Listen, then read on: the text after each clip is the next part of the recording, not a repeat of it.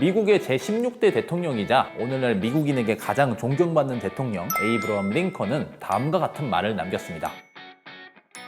사진 옆에 글이 있다는 이유만으로 인터넷에서 읽은 모든 것을 믿지 마라. 가짜뉴스가 판치는 인터넷의 문제점을 지적한 명언이라고 할 수 있겠습니다. 오늘은 이처럼 인터넷에 떠도는 가짜뉴스에 대해서 이야기하려고 하는데요. 혹시나 속으신 분은 없으시겠죠? 링컨이 인터넷을 알 리가 없잖아요. 링컨은 전화도 없던 시대에 살던 사람입니다. 신기하지만 흑백 사진 적당한 걸 아무거나 가져다 걸고 그럴싸한 말 몇 마디만 적어두면 명언처럼 보이는 마술이 펼쳐집니다. 한국어가 아니라 영어면 신뢰도가 좀 더 상승하는 것 같고 글씨체도 궁서체로 바꾸면 신뢰도가 좀 더 오르는 것 같네요. 이처럼 우리가 익숙하게 알고 또 인용하고 있지만 알고 보면 근거가 없는 말들이 정말 많습니다. 오늘은 유명한 가짜 명언에 대한 이야기를 들려드리도록 하겠습니다.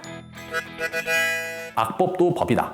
소크라테스. 첫 번째 주인공은 우리 모두의 형 테스 형입니다. 테스 형이 남긴 말로 유명한 게 두 가지 있지요. 하나는 악법도 법이다. 다른 하나는 너 자신을 알라. 이 중 악법도 법이다는 소크라테스가 아테네에서 사형 선고를 받은 뒤에 감옥을 찾아와서 탈출을 권하는 제자들에게 한 말로 알려져 있죠. 악법이라도 어쨌든 아테네의 법이니까 지켜야 한다는 건데 일단 소크라테스가 이런 말을 했다는 기록은 없습니다. 소크라테스가 마지막으로 남긴 말은 나는 아스클레피오스에게 닭 한 마리를 빚졌네. 기억해 두었다가 빚을 갚아주겠나? 였어요. 전혀 없는 말을 지어낸 건 아니고 그나마 비슷한 말이 있긴 합니다. 만약 자신이 판결을 어기고 아테네를 탈출한다고 가정했을 때 아테네의 법에 입이 달려 있다면 자신을 이렇게 꾸짖을 거라고 이야기하죠. 소크라테스, 법률과 나라 전체를 파멸시킬 거요? 어떤 나라에서 법정 판결들이 무력하게 되고 개인들에 의해서 효력을 상실하고 파기된다면 이 나라가 전복되지 않고 계속 존립할 수 있겠소? 딱 이 말만 따와서 각색을 더한 결과 악법도 법이니까 지켜라 라는 말이 돼서 전해지고 있는 것 같습니다. 대표적으로는 일제강점기 때 경성제대 교수였던 오다카 도오모라는 사람이 이 발언을 악법도 법임으로 이를 지켜야 한다 라고 해석했다고 하네요.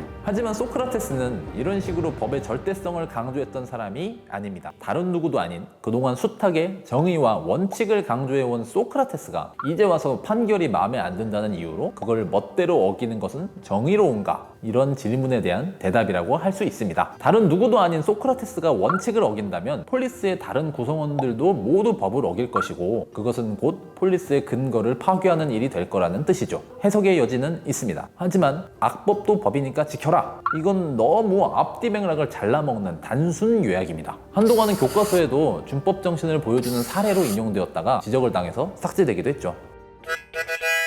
짐이 곧 국가다. 루이 14세. 프랑스의 절대 왕권을 상징하는 인물 태양왕 루이 14세입니다. 루이 14세가 이런 말을 했다는 기록은 없습니다. 이 말은 프랑스의 대표적인 계몽 철학자 볼테르가 지어낸 말이라고 해요. 루이 14세는 비슷하게 짐이랑 국가가 나오는 이런 말을 남기긴 했습니다. 짐은 이제 죽는다. 그러나 국가는 영원하리라.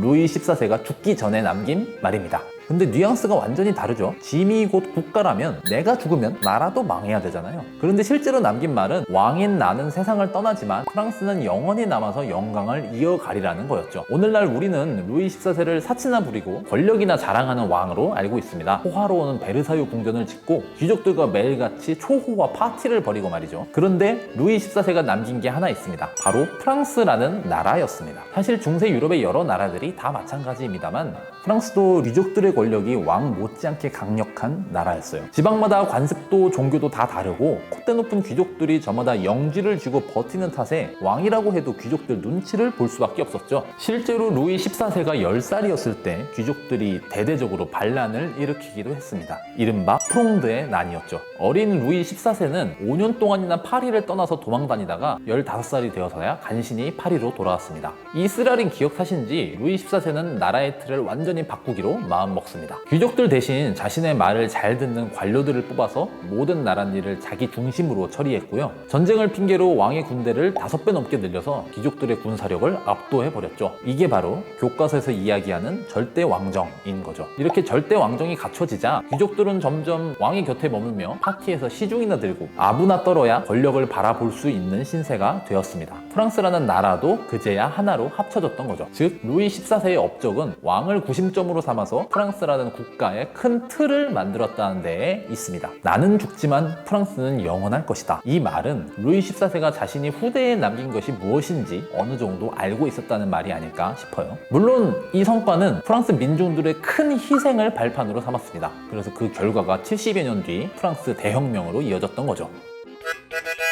나에게 한 문장만 다오. 누구든 범죄자로 만들어주겠다.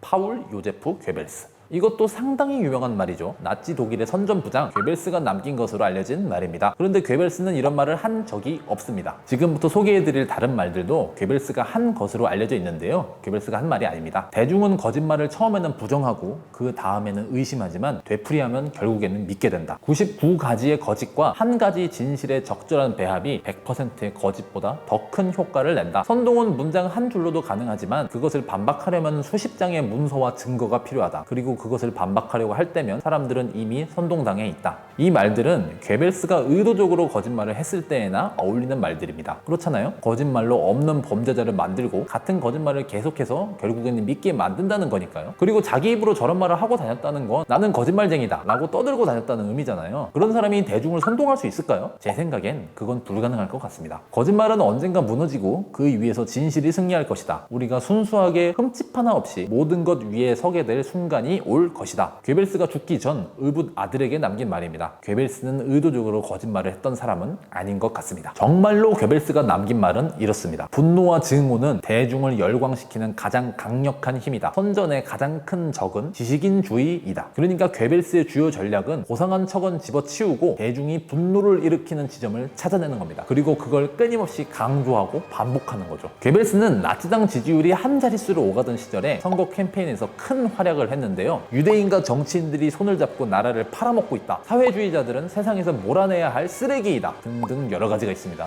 요점은 거짓말이 아닙니다. 분노와 증오 그리고 반지성주의죠. 그런데 이게 나치나 써먹는 전략이라고 생각하세요? 아마 요즘도 정말 많은 정치인들이 사용하는 것 같습니다. 괴벨스의 선전 능력이 거의 거짓말을 진짜로 만드는 마법처럼 과장되곤 하는 건 괴벨스와 나치가 벌인 일들이 너무나도 악마적이기 때문 아닌가 싶어요. 저런 사람들에겐 뭔가 초능력 같은 게 있을 거라는 생각인 거죠. 하지만 나치라고 해서 뭐 엄청난 기법으로 선동을 했던 게 아닙니다. 우리가 매일같이 보고 듣는 정치 뉴스에도 나치의 선전선동과 같은 수법이 숨어 있다는 것 알아가셨으면 좋겠네요.